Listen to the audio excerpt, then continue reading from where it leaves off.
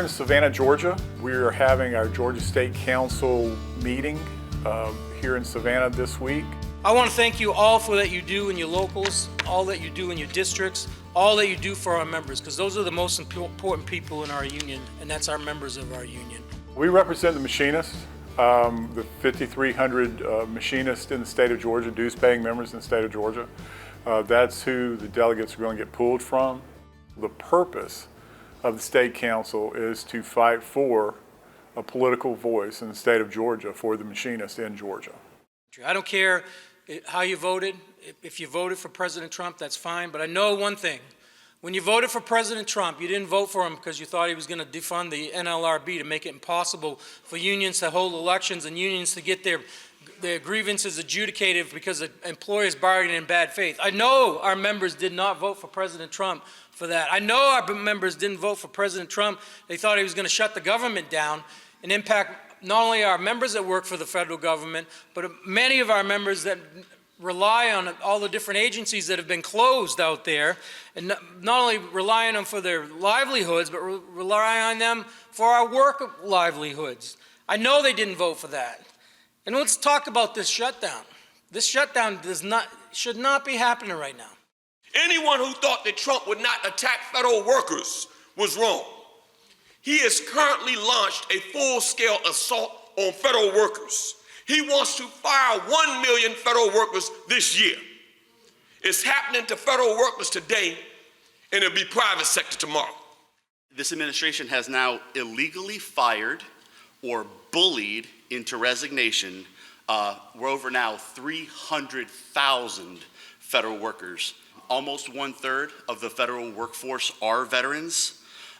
So when we've seen over 300,000 people lose their jobs because of this administration's actions, that means we've seen about 100,000 veterans that no longer have the jobs that they need to provide for their families because of the actions taken by this administration.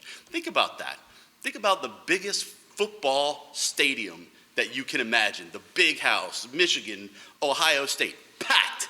That's how many veterans don't have the jobs to provide for their families because of this administration. We had good turnout, good participation, good engagement, and we were happy with the speakers. We need to be doing big things like raising our minimum wage, like repealing right to work so that we can get some of these benefits that come to with these big projects, so we can spread these out a little more broadly among workers rather than it just all these benefits inuring to the big companies that come here. In this climate, with this economy, I had to think hard, what is it that we need to be discussing as union people? What do we need to be talking about so we can endure in this economy? And so I think what we need to do right now is look at the strengths, the opportunities of labor in this present economy. I think we had a good meeting. I think we got a lot of positive knowledge. I've talked to a couple of people that said they found out stuff that they did not know. Since we've had the general election in 2024, we have had 46 special elections in legislative and congressional areas. Out of 46, Democrats have won 45 or overperformed in all of those elections.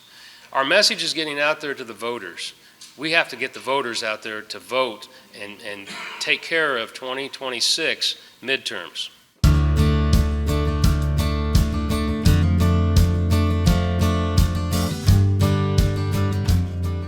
Later in the week, the Georgia AFL-CIO is having their biannual meeting at Savannah this year. That's why we're here. We're piggybacking off of their event, same hotel.